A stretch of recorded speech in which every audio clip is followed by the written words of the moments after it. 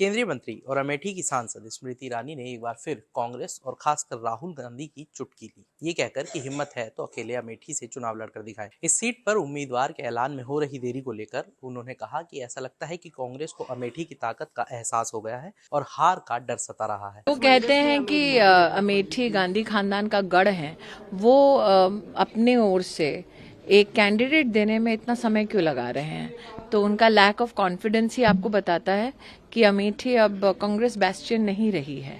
अगर वो दो सीटों से लड़ते हैं तो इसका मतलब वो अमेठी से अपनी हार को ऑलरेडी चुनाव होने से पहले ही घोषित कर रहे हैं। मैंने तो ये कहा था कि अगर वाकई में उनके नेता में दम है तो बिना मायावती जी, अखिलेश जी के सहारे के अकेले सिर्फ अमेठी से चुनाव लड़कर क्यों नहीं दिखाते? दूध का दूध, पानी का पानी वही हो जाएगा। दरअसल स्मृति ईरानी लगातार राहुल गांधी को अमेठी से चुनाव लड़ने की चुनौती दे रही हैं। कभी गांधी परिवार का गढ़ रहा अमेठी अब कांग्रेस से छिन चुका है।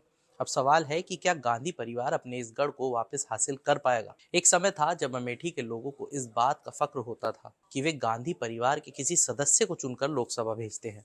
लेकिन वो कहते हैं ना कि ये वक्त भी गुजर जाएगा, और वक्त भी ऐसा गुजरा कि 2019 के लोकसभा चुनाव में राहुल गांधी को यहां से हार का मुंह देखना पड़ा। बीजेपी की स्मृति ईरानी ने यहां जीत का एक नया रिकॉर्ड कायम किया।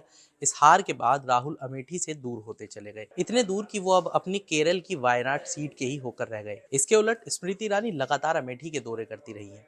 वे यहाँ के लोगों से जुड़ रही हैं, उनके सुख दुख में शामिल भी हो रही हैं। बतौर महिला उनकी महिलाओं के बीच भी काफ़ी अच्छी पैठ है।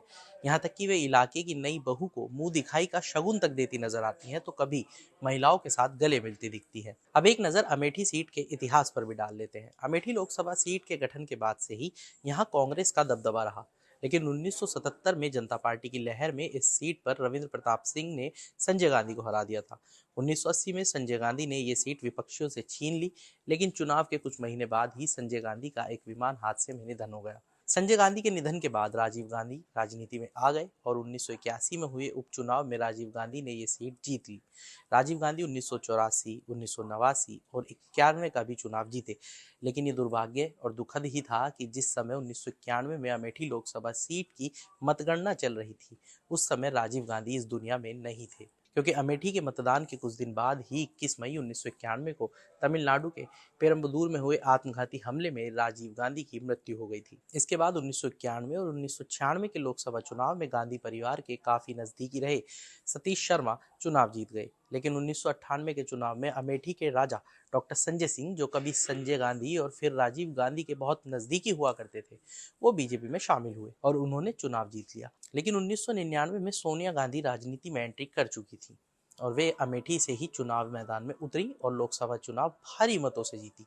2004 के लोकसभा चुनाव में सोनिया गांधी ने अपना चुनावी क्षेत्र बदला और गांधी परिवार के सबसे मजबूत गढ़ यानी रायबरेली पहुंच गई। उन्होंने राहुल गांधी के लिए अमेठी की ये सीट छोड़ी थी। 2004, 2009 और 2014 में हुए लोकसभा चुनाव में राहुल गांधी अमेठी से चुनाव जीते, लेकिन 2019 में बीजेपी के टिकट पर स्मृति ईरानी ने राहुल गांधी को हरा दिया।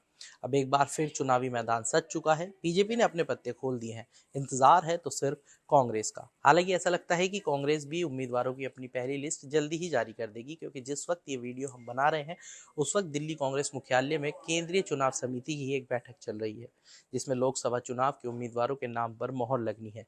खबर है कि कांग्रेस अपनी इस पहली लिस्ट में 12 राज्य में अपने उम्मीदवारों के नाम का ऐलान कर सकती है। उम्मीद है कि तब ये भी साफ हो जाए कि राहुल गांधी अमेठी से चुनाव लड़ेंगे या नहीं। तो आज के इस वीडियो में इतना ही। बाकी तमाम बड़ी खबरों के लिए जुड़े रहिए मनी कंट्रोल हिंदी के साथ। आप हमारे यूट्यूब चैनल को सब्सक्राइब करें, फेसबुक पेज को लाइक करें और अब व्हाट्सएप के जरिए भी आप हमसे जुड़ सकते हैं। व्हाट्सएप चैनल का लिंक आपको हमारे कमेंट बॉक्स में ज़रूर मिल जाएगा। तब तक के लिए धन्यवाद।